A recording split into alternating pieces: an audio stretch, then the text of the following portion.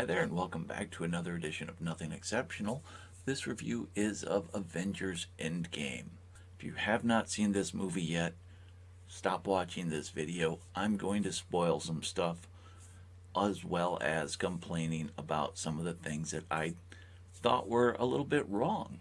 If you've watched it, you're going to pick up on some of the things I'm talking about. And it bugged me as soon as I saw it. Such as the kids in this movie. Anyone under the age of 20 in this movie, there seemed to be some discrepancy with. You already know, even if you haven't watched the movie, that Spider-Man comes back. Yay, everyone was clapping and cheering in the theater when this happened. But at the end, Peter Parker goes back to high school.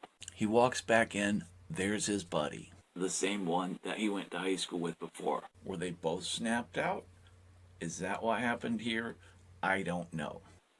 This is supposed to be 5 years after the snap. Do the high schools have a contingency plan for in case half of their students show back up and now Peter Parker can re-enroll in high school even though he's probably 21?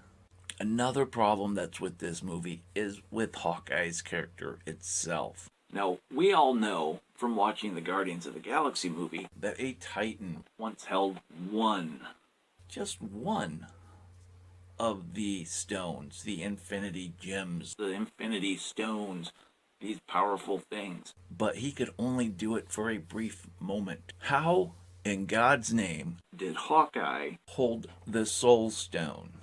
Much less run around with the gauntlet with all 6 of them. It makes no sense. It's impossible. The Hulk got his arm burnt up from doing the snap. That's not Hawkeye. Iron Man, if you haven't watched the movie, stop right now. But Iron Man, when he has all 6 of the stones and does the snap to wipe out Thanos and the army of Thanos, it kills Iron Man.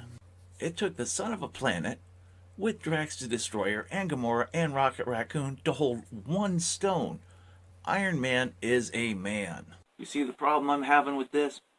Granted, he died from doing this, but he should never have been able to do it at all. Now let's talk about Captain America in this movie. Yay, he's able to hold Thor's hammer like he did in some of the comic books. He was worthy. You knew he was worthy, even in the Age of Ultron when they were messing with the hammer. He nudged it a bit. You knew he could do it. When he comes back after distributing the stones at the end of the movie, he's old. The problem I have with that is the super soldier serum should have kept him young regardless of all that. And on top of that, when he went to distribute the stuff, he had Mjolnir with him. Where did that go?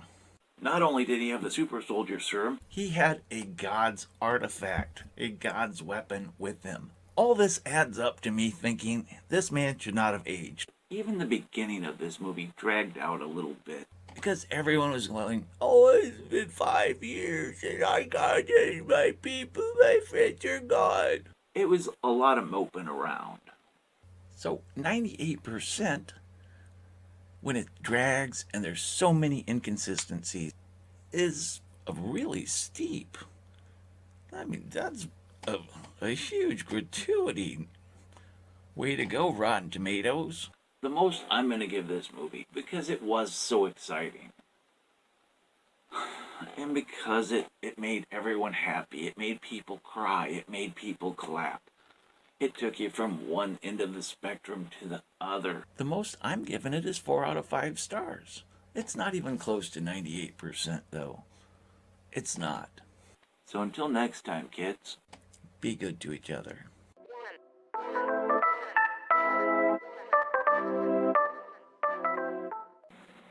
This video was sponsored by Super 8 Madison East.